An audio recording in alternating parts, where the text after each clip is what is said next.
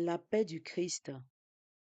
Méditons ensemble les textes liturgiques de ce lundi 29 décembre de l'an de grâce 2025. Lecture de la première lettre de Saint Jean, au chapitre 2, versets 3 à 11. Bien-aimés, voici comment nous savons que nous connaissons Jésus-Christ, si nous gardons ses commandements. Celui qui dit « Je le connais » et qui ne garde pas ses commandements est un menteur. La vérité n'est pas en lui. Mais en celui qui garde sa parole, l'amour de Dieu atteint vraiment la perfection. Voilà comment nous savons que nous sommes en lui. Celui qui déclare demeurer en lui doit, lui aussi, marcher comme Jésus lui-même a marché. Bien-aimés, ce n'est pas un commandement nouveau que je vous écris, mais un commandement ancien que vous aviez depuis le commencement. La parole que vous avez entendue, c'est le commandement ancien. Et pourtant, c'est un commandement nouveau que je vous écris. Ce qui est vrai en cette parole l'est aussi en vous. En effet, les ténèbres passent et déjà brille la vraie lumière. Celui qui déclare être dans la lumière et qui a de la haine contre son frère est dans les ténèbres jusqu'à maintenant. Celui qui aime son frère demeure dans la lumière et il y a en lui aucune occasion de chute. Mais celui qui a de la haine contre son frère est dans les ténèbres. Il marche dans les ténèbres sans savoir où il va, parce que les ténèbres ont aveuglé ses yeux.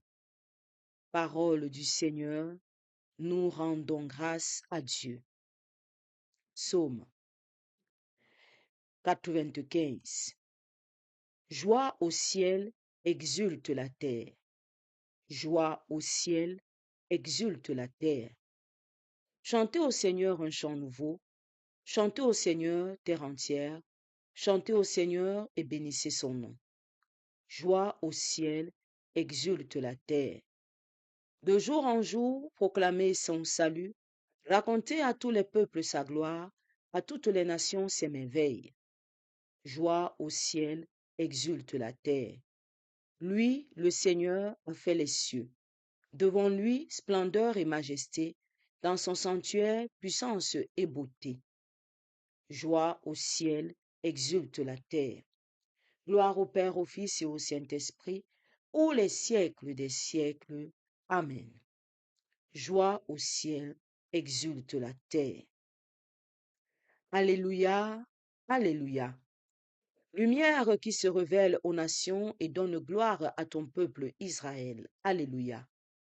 Évangile de Jésus-Christ selon saint Luc, au chapitre 2, versets 22 à 35. Quand fut accompli le temps prescrit par la loi de Moïse pour la purification, les parents de Jésus l'amenèrent à Jérusalem pour le présenter au Seigneur, selon ce qui est écrit dans la loi. Tout premier-né de sexe masculin sera consacré au Seigneur. Il venait aussi offrir le sacrifice prescrit par la loi du Seigneur, un couple de tourterelles ou 2 petites colombes. Or, il y avait à Jérusalem un homme appelé Siméon. C'était un homme juste et religieux qui attendait la consolation d'Israël, et l'Esprit Saint était sur lui. Il avait reçu de l'Esprit Saint l'annonce qu'il ne verrait pas la mort avant d'avoir vu le Christ, le Messie du Seigneur. Sous l'action de l'Esprit, Siméon vint au temple. Au moment où les parents présentaient l'enfant Jésus pour se conformer au rite de la loi qui le concernait, Siméon reçut l'enfant dans ses bras et le bénit et bénit Dieu en disant : « Maintenant, ô Maître souverain, tu peux laisser ton serviteur s'en aller en paix selon ta parole. Car mes yeux ont vu le salut que tu préparais à la face des peuples, lumière qui se révèle aux nations et donne gloire à ton peuple Israël. » Le père et la mère de l'enfant s'étonnaient de ce qui était dit de lui. Siméon les bénit, puis il dit à Marie sa mère : « Voici que cet enfant provoquera la chute et le relèvement de beaucoup en Israël. Il sera un signe de contradiction, et toi, ton âme sera traversée d'un glaive. Ainsi seront dévoilées les pensées qui viennent du cœur d'un grand nombre. Acclamons la parole de Dieu. Louange à toi, Seigneur Jésus. L'amour est le chemin d'or vers le Christ. Méditation. Frères et sœurs bien-aimés, rendons grâce à Dieu pour ses merveilles dans nos vies, alors que nous célébrons encore la venue du Christ Sauveur du monde. En ce 5e jour, dans l'octave de la Nativité de notre Seigneur, le texte de la première lecture nous donne la conduite à suivre pour être des vrais chrétiens. Marcher comme le Christ a lui-même marché. Être chrétien, c'est imiter le Christ en toutes choses, car il est le modèle par excellence pour ceux qui désirent avoir un jour part à la vie éternelle. Imiter le Christ, c'est rechercher la volonté de Dieu en toutes choses. C'est vivre selon les commandements de Dieu en se nourrissant de sa parole au quotidien. Comme Saint Jean nous le dit, nous ne pouvons pas prétendre être chrétiens si nous ne faisons pas des commandements du Seigneur les délices de nos vies. Depuis sa naissance jusqu'à sa mort et sa résurrection, le Christ n'a rien fait de lui-même. Il a toujours accompli la volonté du Père. Il savait que la volonté de Dieu était tout ce qu'il y avait de meilleur pour lui, et c'est pourquoi il s'y est totalement abandonné. Cette volonté n'était pas toujours évidente et facile, mais le Christ a été toujours obéissant. Bien-aimé, ce que le Christ nous demande aujourd'hui, c'est de lui faire totalement confiance et obéir à ses commandements. Même si cela paraît difficile, c'est le chemin le plus sûr pour aller à lui. Marcher comme Jésus, c'est aussi aimer notre prochain comme nous-mêmes. La haine fait de nous des ennemis de la lumière du Christ. Le Christ est amour et nous ne pouvons pas nous réclamer être de lui si nous n'aimons pas comme lui. Lui, il nous a tant aimés, il a donné sa vie pour nous. Il nous a aimés d'un amour gratuit. Toute sa vie n'a été qu'amour, œuvrant toujours pour le bonheur de ses frères. Il ne s'agit pas d'aimer en parole, mais pas des actes concrets. Le Christ priait, jeûnait, enseignait, pardonnait, guérissait. Son amour s'est manifesté par des actes et non par des vaines paroles. Bien-aimés, apprenons à aimer d'un amour pur et sincère comme le Christ. Et ce n'est pas sous ces conditions que nous pourrons nous réjouir. Et ce n'est que sous ces conditions que nous pourrons nous réjouir d'être de véritables disciples du Christ. L'amour est le chemin à suivre pour demeurer dans la lumière du Christ, sans laquelle nos efforts de conversion seraient vains. Prions. Dieu notre Père, que ton nom soit béni dans tous les siècles. Merci pour ta parole dont tu nous nourris au quotidien. Nous t'en prions. Accorde-nous la grâce d'aimer tes commandements et donne-nous la force de demeurer fidèles à ta parole, même lorsque cela nous paraît difficile. Fais de nous des chrétiens qui aiment en vérité, afin que nous puissions expérimenter ta présence aimante dans nos vies. Par Jésus, ton Fils, notre Seigneur. Amen. Loué soit Jésus-Christ à jamais. Bénissons le nom du Seigneur. Nous rendons grâce à Dieu.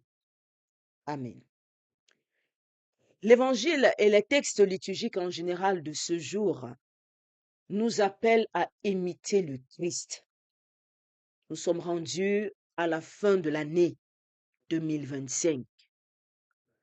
Nous avons accueilli le Sauveur, Jésus, dans nos vies. La lumière du monde a jailli dans nos ténèbres. Si nous voulons appartenir à cette lumière, nous devons vivre comme des êtres de lumière que nous sommes. Nous ne pouvons plus vivre comme les enfants des ténèbres parce que nous avons accueilli la lumière du monde. On ne peut pas prétendre avoir cette lumière et avoir des œuvres et aimer les œuvres de ténèbres. Les textes liturgiques nous appellent à imiter le Christ. Nous l'avons accueilli, Nous l'avons installé dans nos cœurs. Maintenant, nous devons l'imiter. Et le Christ nous appelle à lui faire confiance parce qu'il veut qu'il soit pour nous un modèle de vie. Il veut que nous puissions calquer sa vie à la nôtre. Nous devions recopier sa vie pour l'imiter dans notre propre vie. Nous devions faire les photocopies de sa vie pour l'imiter dans notre propre vie. Vous l'avez accueilli, vous devez vivre ce que vous avez accueilli. Le Verbe fait chair, la parole de Dieu, la lumière du monde. Et cela ne passe pas seulement par de vaines paroles. Il ne suffit pas de dire je suis chrétien catholique et fier. Il ne suffit pas de dire j'ai reçu mon baptême. Il ne suffit pas de dire moi je suis un enfant de Dieu. Il faut le vivre. Jésus ne s'est pas contenté de dire. Déjà, il ne l'a même pas dit. Il ne s'est pas vanté d'être le Fils de Dieu. C'est par les actes qu'il posait. Il ne s'est pas contenté de dire je vais vous guérir. Il a guéri. Il ne s'est pas contenté de dire je vais vous pardonner. Il a pardonné. Par des actes, en allant vers les pécheurs, en faisant le premier pas dans tout. Il a fait le premier pas. Il a pris notre condition humaine, à l'exception du péché. C'est le plus grand pas qu'il a fait. Il est entré dans notre histoire. Il est entré dans notre vie. Il a fait un grand pas. Maintenant, il nous demande de l'imiter, de faire comme lui. Et ça passe par la méditation de la parole de Dieu. Nous devons méditer la parole de Dieu. C'est important. La prière nous garde connectés à Dieu, nous garde connectés au Christ. Mais la parole de Dieu, elle se met en pratique. Nous devons vivre ce que nous méditons. Nous méditons tous les jours que nous avons accueilli Jésus, Sauveur du monde. Alors nous devons vivre cela.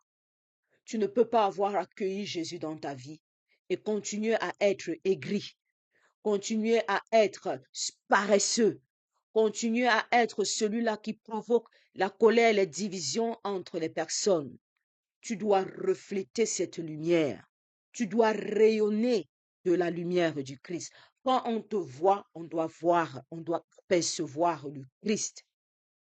Pour ceux qui ne le connaissent pas, quand ils te voient, ils doivent voir cette lumière et s'interroger et se laisser attirer par cette lumière au point où eux aussi puissent se mettre à la recherche de ce Christ qui te fait rayonner. C'est dans des gestes simples, je le dis toujours. Dieu ne demande pas des histoires spectaculaires. Il ne demande pas des choses grandioses. C'est dans des simples gestes. Le bonjour quand tu arrives dans une salle. Le sourire que tu partages avec un inconnu. L'écoute attentive. Le soutien, l'aide que tu apportes à X ou Y. Aujourd'hui, c'est dommage dans nos vies, dans nos villes, dans nos pays. On a l'insolence, la désobéissance qui s'est installée. Quand on voit une personne âgée, peinée avec un sac, quand on était enfant, on courait vite aider cette personne parce qu'on savait que on allait quand même nous dire merci, on allait nous récompenser. Mais maintenant même, les enfants d'aujourd'hui n'ont même plus envie qu'on les récompense. C'est eux qui bousculent même au passage la personne âgée. Quand ils sont assis dans les transports, la personne âgée peut bien rester debout, ils ont la tête plongée dans le téléphone. Quand le père parle, il n'a pas fini sa phrase, que l'enfant est arrivé à Z et a fait aller-retour 4 fois. Quand le voisin a acheté sa voiture, on développe la jalousie. On m'a parle de lui. Oh, il est entré dans l'assiette. Oh, il a trempé. Oh, il a vendu son père. Oh, il a vendu son enfant. On est celui-là qui provoque les occasions de chute. Quand une personne vient déposer son dossier de demande d'emploi, comme sa tête l'énerve, tu prends son dossier, tu mets dans le tiroir, tu jettes à la poubelle. Tu arrives au travail, une personne, tu es à l'accueil d'un lieu de service, une personne entre, il te sourit, tu as le visage fermé. Tu ne souris pas. Tu es énervé. Tu dis pardon, pardon, ne me dérange pas. Moi-même, j'ai mes propres problèmes. Il ne faut pas me déranger. Dis-moi ce que tu veux, tu quittes devant mes yeux. Parce que tu es fermé, tu es en colère.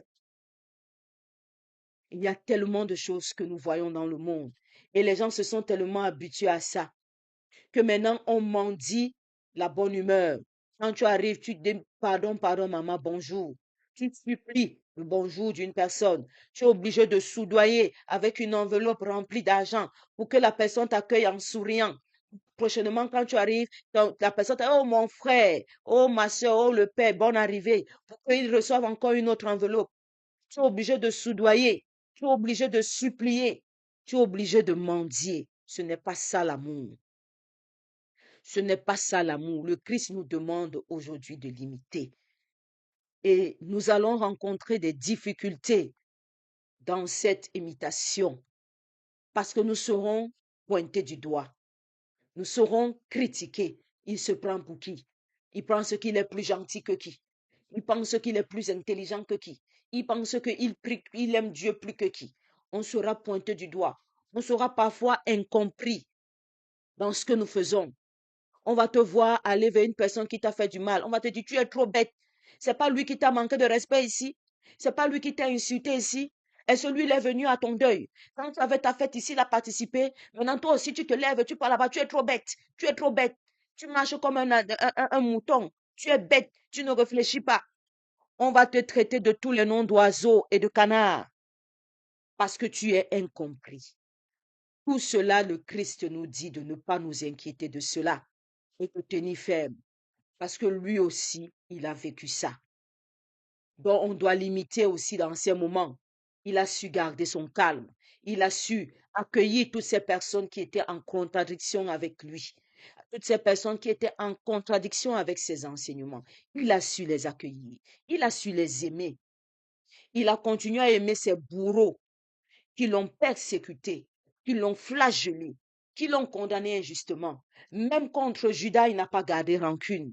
Il a continué à aimer Judas malgré sa trahison.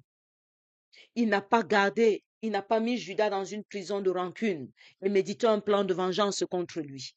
Bien au contraire, il était en peine de voir une âme qui se perd, une âme en plus qui, son ami, son frère, avec qui il a marché pendant longtemps, 3 années de sa vie.